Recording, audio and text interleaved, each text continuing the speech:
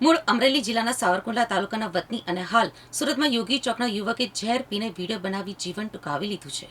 પ્રાપ્ત માહિતી અનુસાર મૂળ અમરેલી જિલ્લાના સાવરકુંડલા તાલુકાના વતની અને હાલ યોગી ચોક વિસ્તારમાં આવેલ શગુન રેસિડેન્સીમાં 40 વર્ષીય સંદીપભાઈ હિંમતભાઈ ચોડવડિયા બે સંતાન સહિતના પરિવાર સાથે રહેતા હતા.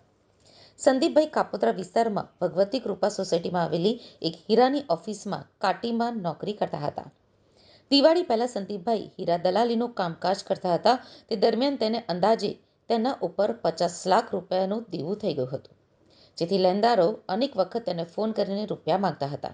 વારંવાર વાયદાઓ કર્યા બાદ સંદીપભાઈ પાસે તેઓને આપવા માટે કોઈ જ જવાબ પણ નહોતો બચ્યો, જેથી ટેન્શનમાં આવીને તેઓએ ઓફિસમાં ઝેર પી લીધું હતું. ત્યારબાદ તેને સારવાર માટે ખાનગી હોસ્પિટલમાં ખસેડવામાં પણ આવ્યા હતા, જ્યાં ટૂંકી સારવાર બાદ સંદીપભાઈનું મોત નીપજ્યું હતું.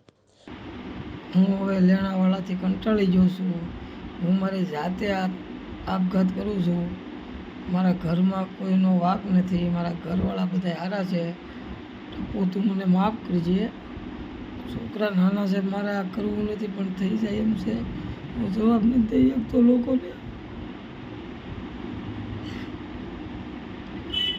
બહુ ટેન્શનમાં છું. મારાથી જીવાતું નથી. મને માફ કરજે. મારા ઘરવાળા બધા હારા છે, એનો કોઈનો વાંક જ નથી.